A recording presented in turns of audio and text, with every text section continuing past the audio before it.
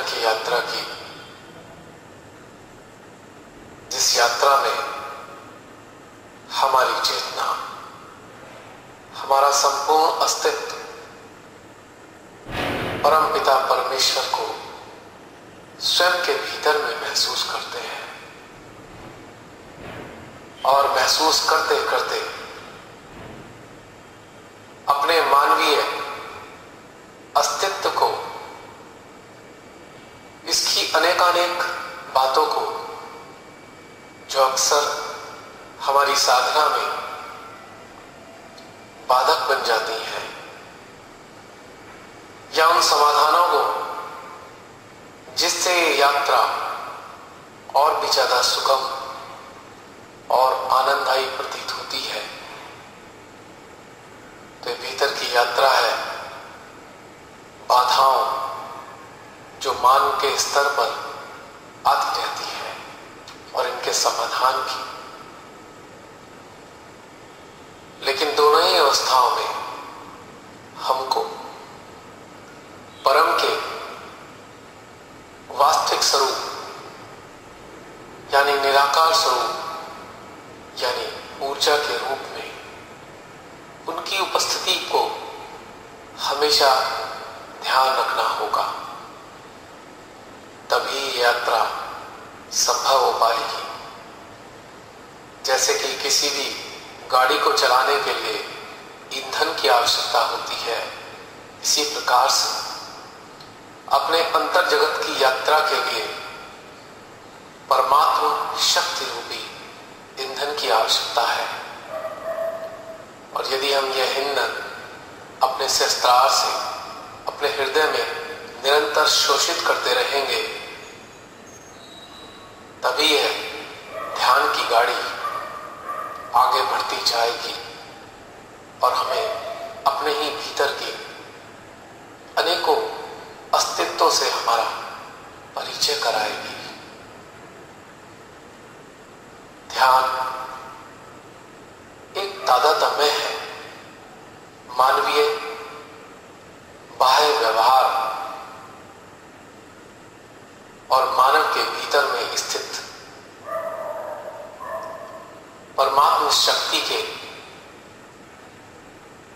संतुलन का एक रूप है।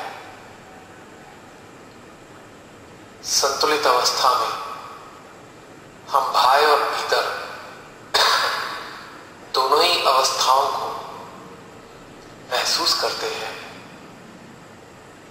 और इसका आनंद उठाते हैं। ध्यान का वास्तविक उद्देश्य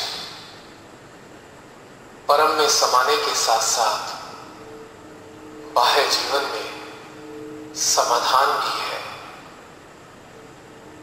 जो कि समाधान और समाना दोनों एक दूसरे के पूरक हैं।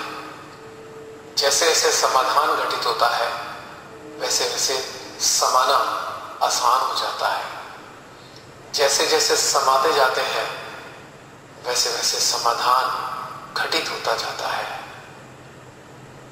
तो आइए चलते हैं अपने भीतर में, अपने स्वयं के हृदय में सिंहासन पर आसीन श्री मां के सानिध्य में अपने समस्त संगी साथियों को, जो चित्त मन चेतना जागृति व अनेकानेक ज्ञानेंद्रियों के रूप में हमारे साथ चलते हैं इस ध्यान की यात्रा पर, हृदय में उतरकर साष्टांग प्रणाम करते हैं सर्वेश्वरी को।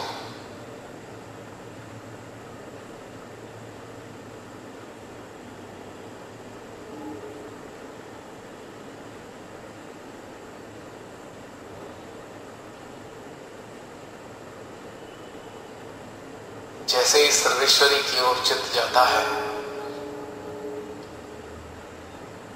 पवित्र ऊर्जा का प्रभाव हमारे सहस्त्रार हमारे हृदय, हमारे संपूर्ण आंतरिक अस्तित्व को, इस सूक्ष्म यंत्र को झंकृत करता चला जाता है, जैसे कोई भीनी भीनी सुगंधी का झोंका हमारे अंतर मन को आनंदित कर देता है। महसूस कर सकते हैं उस असीम अनंत प्रेम को जो झरझर कर बहता हुआ हमारे अस्तित्व को सराबोर कर रहा है। कुछ देर हम इसी अवस्था में बिताते हैं।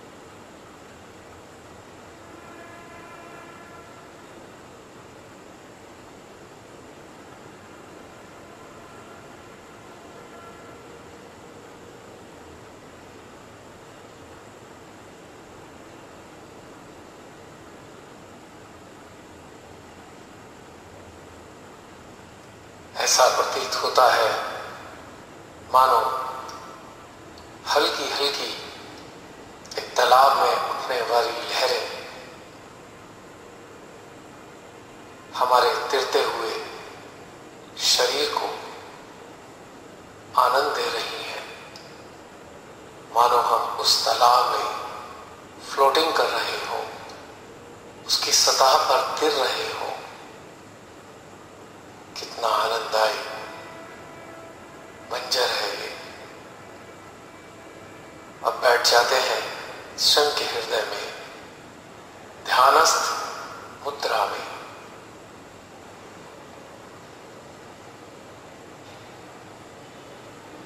और अब अपने चित्त को हम ले जाते हैं अपने ही हृदय की गहराइयों में। पूर्ण एकाग्रता के साथ अपने चित्त को हम मध्य हृदय से जोड़ लेंगे और मध्य हृदय में होने वाले समस्त प्रकार की हलचलों को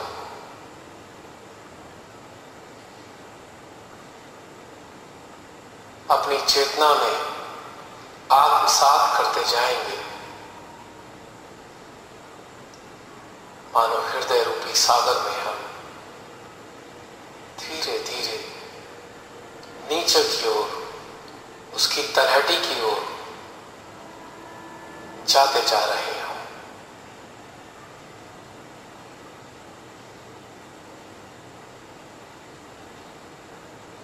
पूर्ण एकाग्रता के साथ अपने चित्त को, अपनी चेतना को अपने हृदय में ही उतारते जाएंगे।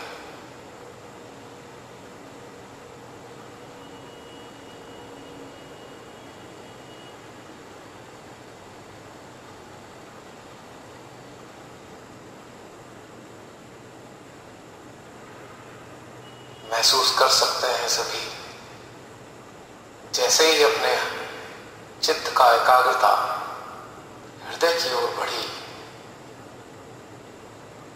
हृदय में खिंचाव प्रारंभ हो गया।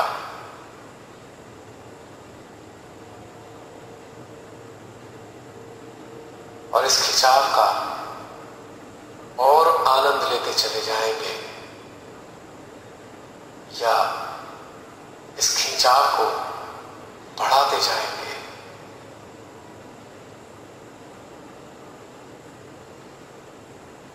पूरी एकाग्रता मध्य हृदय पर रखते हुए बहुत ही धीमे धीमे हम कम कम श्वास ले रहे हैं, और हर श्वास मध्य हृदय के खिंचाव को बढ़ाती जा रही है।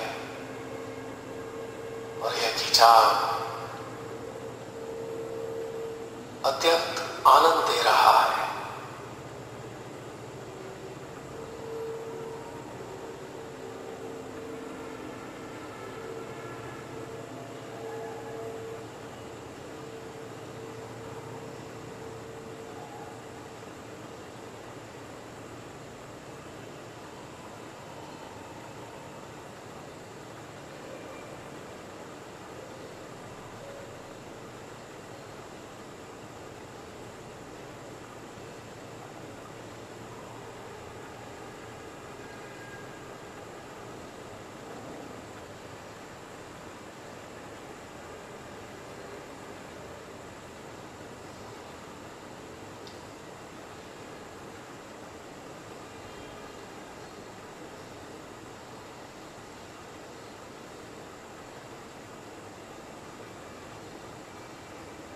कितना आनंददायी एहसास है ये मध्य हृदय के भीतर उतरना।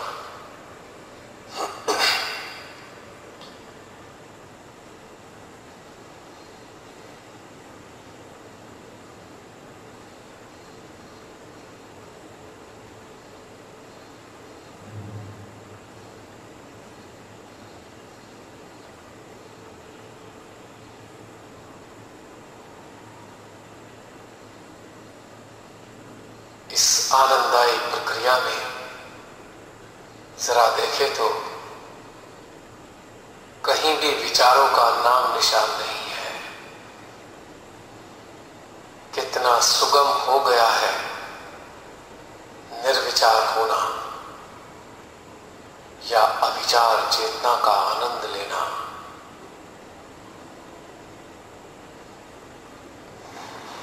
कुछ पल इसी अवस्था में और बिताएंगे।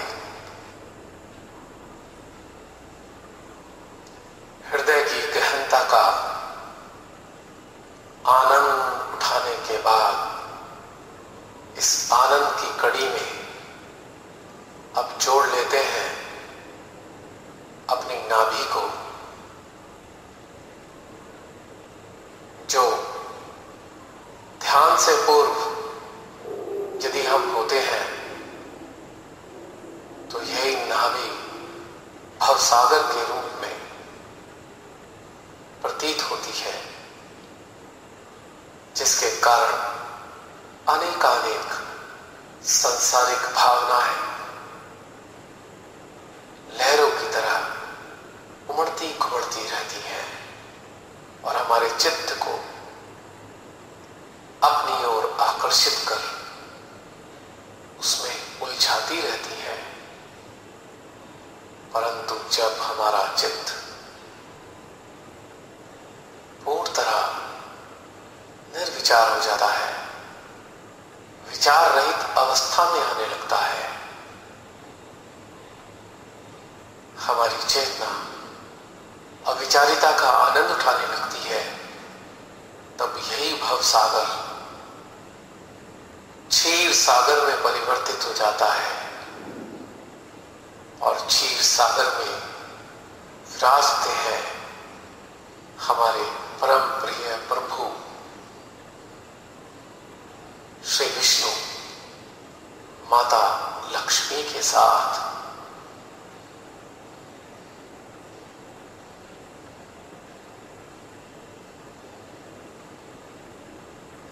जो शेषनाग की शैया पर विराजे होते हैं और शेषनाग हमारे इस क्षीर सागर में जो भी विकार शेष रह जाते हैं उसका हरण कर लेते हैं। शेषनाग जो कोई भी विकार हमारे नाभि में नहीं छोड़ते यानी नष्ट कर देते हैं,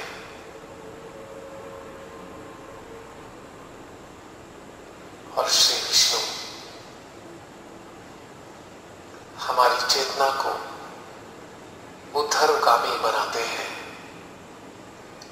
माता लक्ष्मी हमारे भीतर में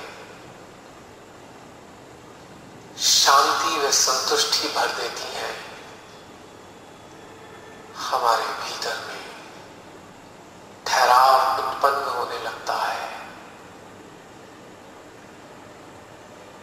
हम सांसारिकता व आध्यात्मिकता में संतुलित होने लगते हैं।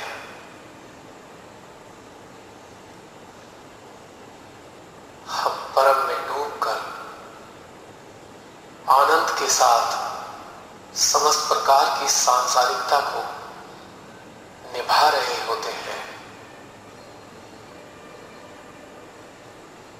पूरा चित्त पूर्ण एकाग्रता के साथ इस क्षीर सागर में, इस क्षीर सागर की तलहटी में ले जाएंगे।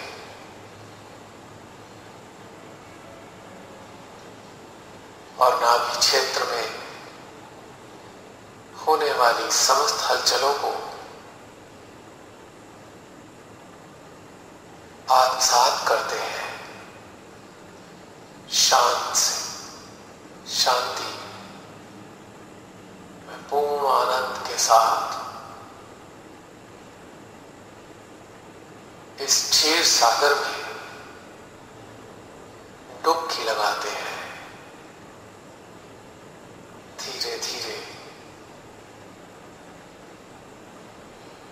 अपनी चेतना को इस दिव्य क्षीर सागर में उतारते जाते हैं।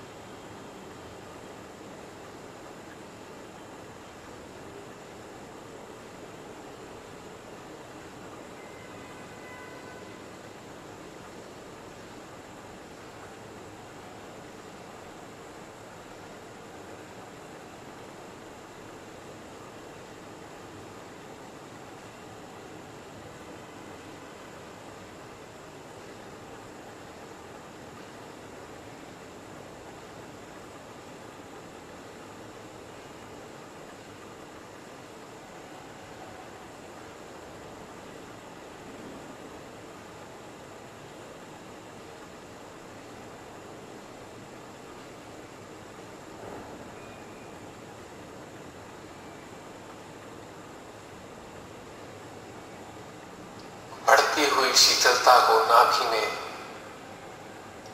अच्छे से महसूस कर सकते हैं।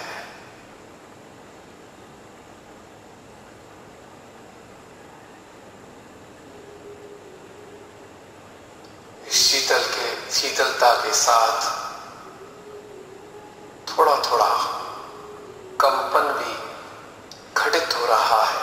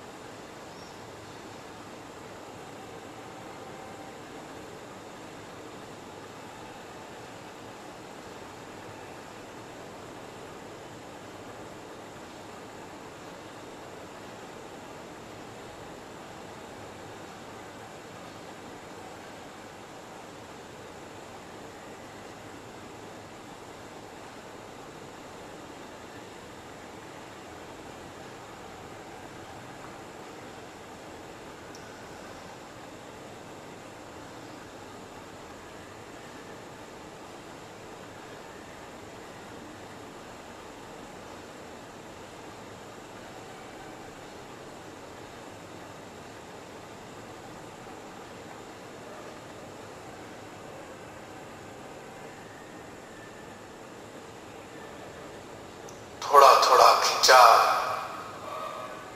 नाभि में प्रस्फुटित हो रहा है।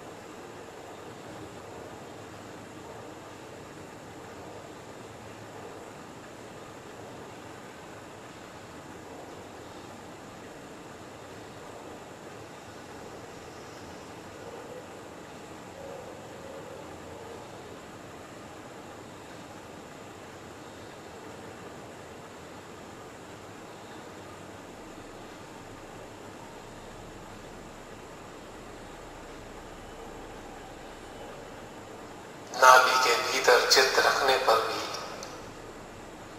वही विचार रहित अवस्था का आनंद जारी है।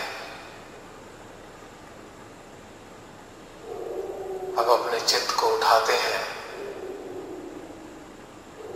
ले आते हैं विशुद्धि में।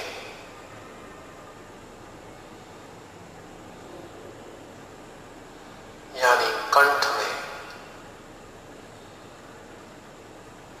अब कंठ में उठने वाली ऊर्जा की हिलोरों को आत्मसात करेंगे।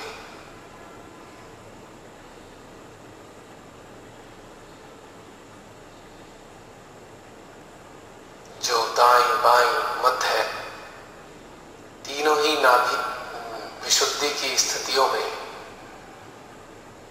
तीनों ही स्थानों पर ऊर्जा के रूप में प्रकट हो रही है।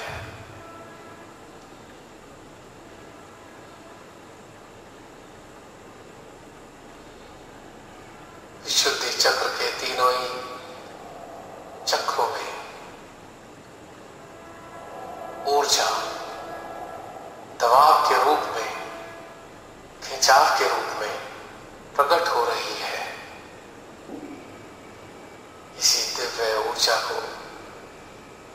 एकाग्रता के साथ अनुभव करेंगे।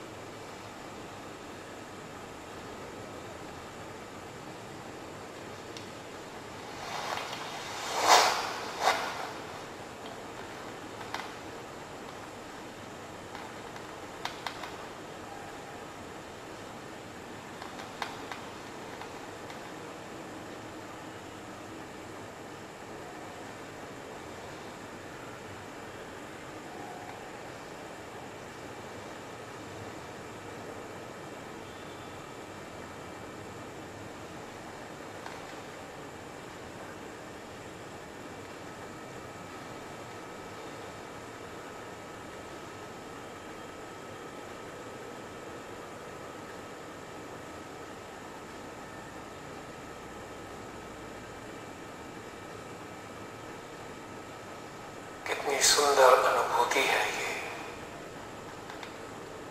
इधर हम विशुद्धि की ऊर्जा को आत्मसात कर रहे हैं और उधर सहस्त्रार में एक सुंदर खिंचाव बढ़ता जा रहा है।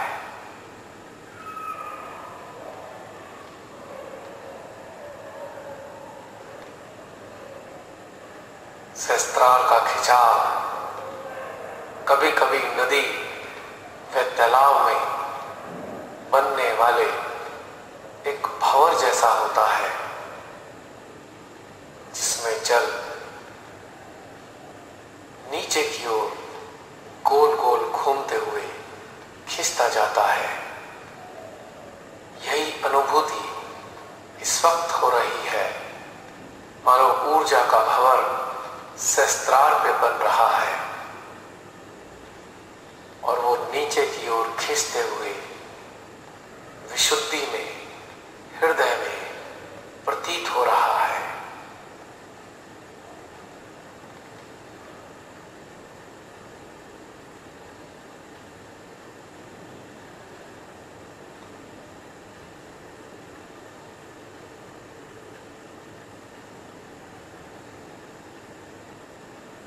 सहस्त्रार और विशुद्धि, हृदय, तीनों में ही ऊर्जा बढ़ती जा रही है।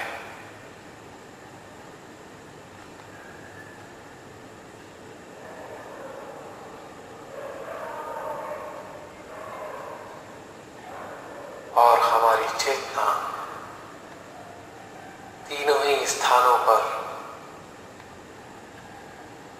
ऊर्जा को आत्मसात कर रही है।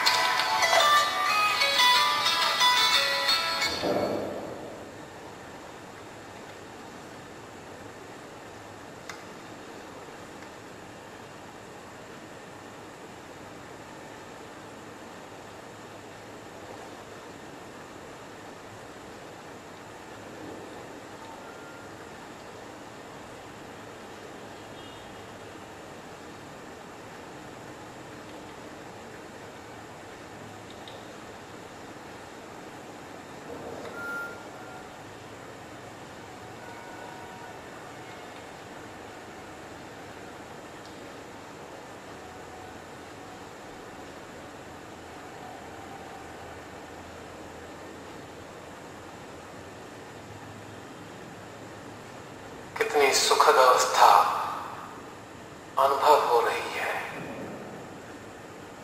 पूरी तरह अविचार अवस्था, मानो हम इस सुंदर सी अनुभूतियों के साक्षी हो गए हों। इस साक्षी भाव को समस्त स्थानों पर घटित होने वाली ऊर्जा से, ऊर्जा के महसूस करने से थोड़ी देर के लिए बढ़ाते जाते हैं। अक्सर हम कहते और सुनते हैं कि हमें साक्षी रहना चाहिए। साक्षी यानी दृष्टा, साक्षी यानी प्रतिक्रिया रहित आचरण। हम साक्षी का मतलब अनेकों रूपों में लेते हैं। एकाम अवस्था में हम साक्षी का इस्तेमाल बाह्य जीवन में घटित होने वाले घटनाक्रमों के प्रति प्रतिक्रिया विहीनता से लगाते हैं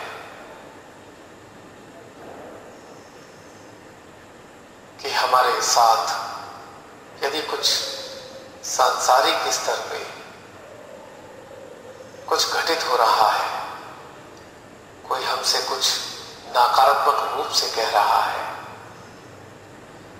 कुछ हम देख रहे हैं, कुछ हम समझ रहे हैं, कुछ भी हम सुन रहे हैं, उन तीनों ही अवस्थाओं में हमारे मन में कोई प्रतिक्रिया ना हो, काम अवस्था में हम इसी को साक्षी होना कहते हैं।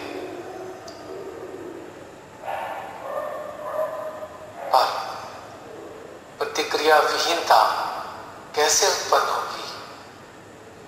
कैसे? हम कितना भी प्रयास कर लें,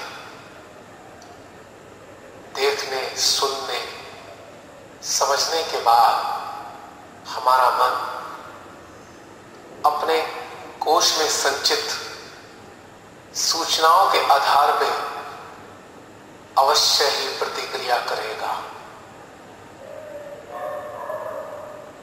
और वही तो प्रतिक्रिया है।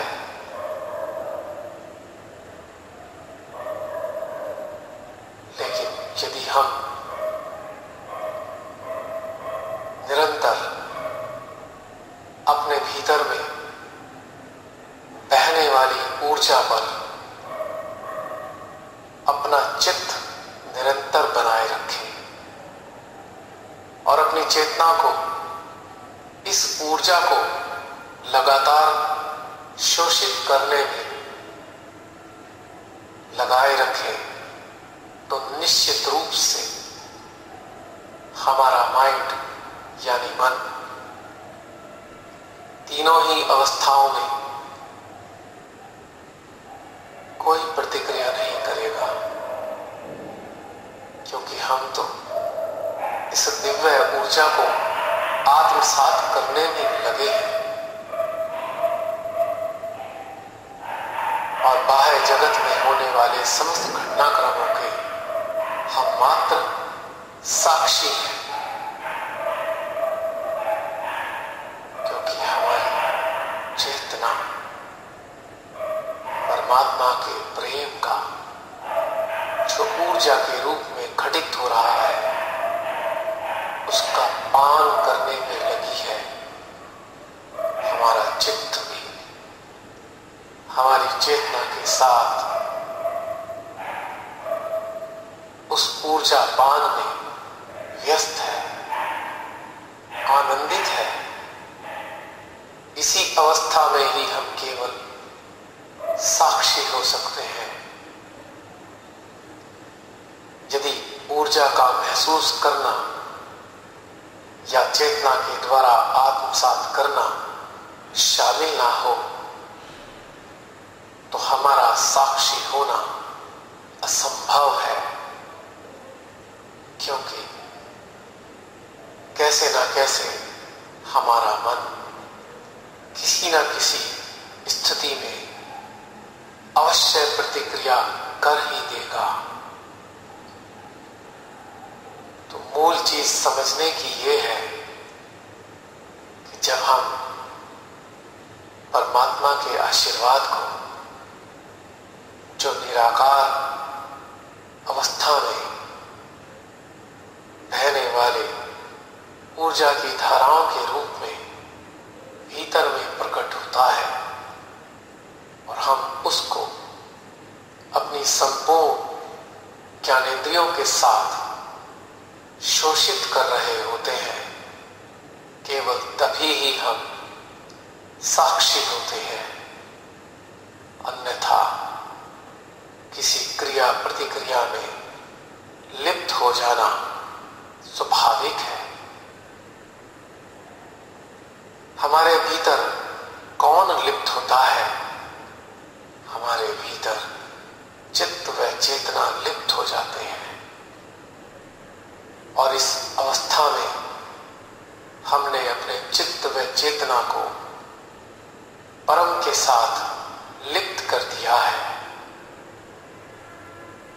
इसी कारण हमारा चित्त व चेतना किसी भी प्रकार के बाहरी घटनाक्रम की क्रिया और प्रतिक्रिया से अलग है, निर्लिप्त है, और निर्लिप्त है तो यानी साक्षी है।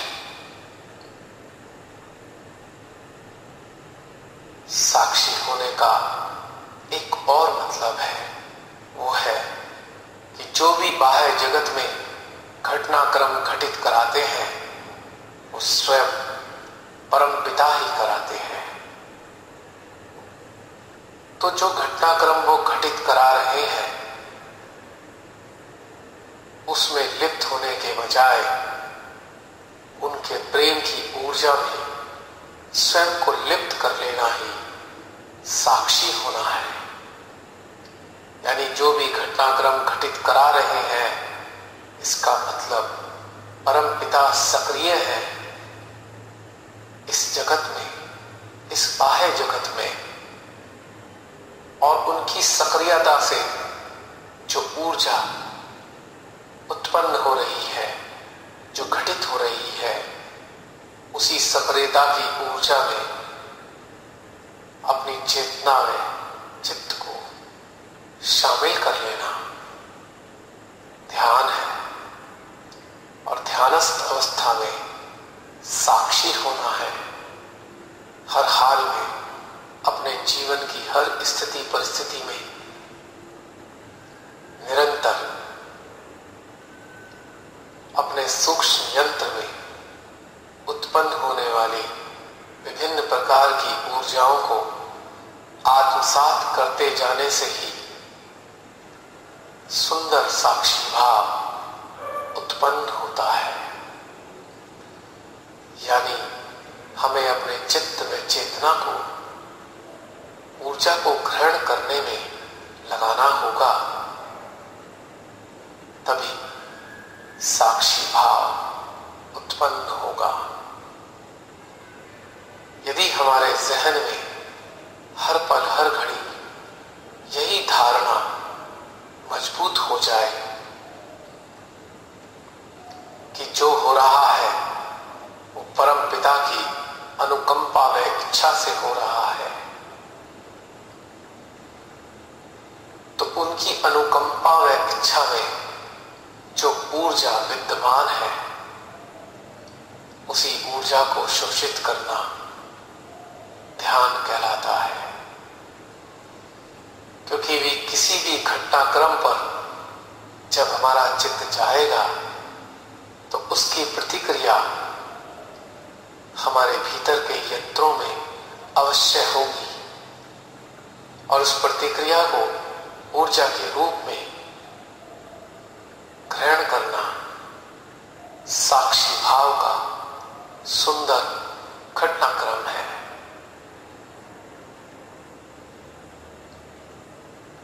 क्योंकि क्रिया और प्रतिक्रिया के पीछे छिपी है ऊर्जा। हर क्रिया प्रतिक्रिया के पीछे विभिन्न प्रकार की ऊर्जाओं में बदलाव आते रहते हैं। उनकी बारंबारता और उनकी गहनता परिवर्तित होती रहती है और यह परिवर्तन हमारे इस यंत्र पर परिलक्षित होता रहता है। तो हमें अपने इस यंत्र में घटित होने वाले ऊर्जा के परिवर्तन को या ऊर्जा के बदलावों को या इनकी बारंबारता को या इनकी गहनता को अपनी चेतना के माध्यम से निरंतर एब्जॉर्ब करते जाना है। तो हम हर हाल में साक्षी भाव का आनंद उठा सकते हैं। उदाहरण के लिए यदि किसी ने हमको कहा कि तुम चोर हो और उसके इस कहने को यदि हम ये मान लें कि ये हमारी माँ महामाया ने कहलवाया है, तो यह भाव आते ही हमारे यंत्र में ऊर्जा की प्रतिक्रियाएं विभिन्न स्थानों पर होने लगेंगी और हमें तो बस बुरी से बुरी कही गई बात की भी प्रतिक्रिया को जो ऊर्जा के रूप में हमारे भीतर घटित होती है उसको आत्मसात करना है। इससे दो लाभ होंगे। एक तो हमारा ध्यान गहनता की ओर जाएगा और दूसरा हमारे मन में कोई प्रतिक्रिया नहीं होगी। चाहे तो सभी लोग आजमा कर देख सकते हैं। यदि बाई चांस हमने किसी के कहे पर कोई शाब्दिक रूप से प्रतिक्रिया कर ही दी, तब भी उस प्रतिक्रिया को हमें अपने यंत्र में महसूस करना है और बढ़ती हुई ऊर्जा हमको बता देगी कि यह भगवती ने ही हमसे कहलवाया है। तो यह एक अभ्यास है अपने मानवीय जीवन के हर घटनाक्रम में यही धारणा बनाए रखना कि ये समस्त कार्य भगवती के द्वारा ही कराए जा रहे हैं। चाहे वो कार्य हमें अपने अनुकूल लगे या हमारे प्रतिकूल लगे, हर प्रकार की घटना की प्रतिक्रिया को ऊर्जा के रूप में अपने भीतर में चेतना के द्वारा शोषित करना है। इस प्रकार से हम निरंतर ध्यानस्थ रह सकते हैं। जो भी मानव हमारे समक्ष आया है, चाहे वो हमारा विरोध कर रहा है या वो हमारे को सहयोग कर रहा है, दोनों ही अवस्था में हम यदि अपने भीतर में ये धारण करें कि परमेश्वरी के द्वारा भेजा गया है और इसके भीतर भी परमेश्वरी विद्यमान है, तो कभी भी हमारा ऊर्जा क्षेत्र अवरुद्ध ना होगा। निरंतर भीतर में हम हर स्थिति में बढ़ती घटती ऊर्जाओं का आनंद लेते रहेंगे और ध्यानस्थ रहेंगे। प्रारंभिक अवस्था में हमको थोड़ा इसका अभ्यास करना होगा। बाद में कुछ समय बाद स्वतः ही ये हमारा अभिन्न अंग बन जाएगा। प्रारंभिक अवस्था में कोई भी कार्य करने के लिए हम अपने मस्तिष्क को कमांड देते हैं और हमारा मस्तिष्क हमारे अंग प्रत्यंगों को, माइंड को कमांड देता है। यानी प्रारंभिक अवस्था में हमारा सेंट्रल नर्वस सिस्टम इस कार्य में लगता है। बारंबार यदि हम ऐसा करते रहें तो यह कमांड सेंट्रल नर्वस सिस्टम से शिफ्ट होकर ऑटो नर्वस सिस्टम का हिस्सा बन जाती है। यानी कि अब हमें कमांड देने की आवश्यकता नहीं, यह कमांड स्वतः ही घटित होने लगती है। 15-20 दिन के निरंतर अभ्यास से हम एक सुंदर साक्षी भाव की स्थिति में विद्यमान हो सकते हैं। यहां तक हो सकता है कि यदि हम कोई शाब्दिक या मन के स्तर पर प्रतिक्रिया भी कर रहे होते हैं, कुछ विचारों के माध्यम से प्रतिक्रियाएं घटित भी हो रही होती हैं, तब भी विचारों के होते हुए भी, वाणी की प्रतिक्रिया के बावजूद भी, मन की प्रतिक्रिया के बावजूद भी हम इस परम ऊर्जा का आनंद उठा रहे होते हैं। और यही वास्तविक साक्षी भाव की स्थिति है। हर हाल में, हर स्थिति में, हर परिस्थिति में अपने स्वयं के लिप्त होने में या निर्लिप्त होने में, हर दशा में भीतर में घटित होने वाली विभिन्न प्रकार की ऊर्जाओं का रसपान करना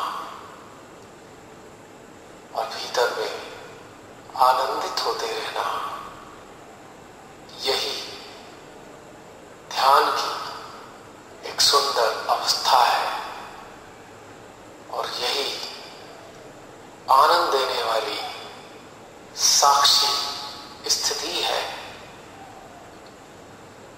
तो साक्षी अवस्था का मतलब पलायन नहीं है, कायरता नहीं है, वरन हर क्रिया प्रतिक्रिया की ऊर्जा के रूप में उत्पन्न होने वाली प्रतिक्रियाओं को आत्मसात करना है। इसी के साथ हम इस साक्षी भाव का और भी आनंद उठा सकते हैं, परंतु यह सेशन समाप्त होता है। जय श्री माता जी।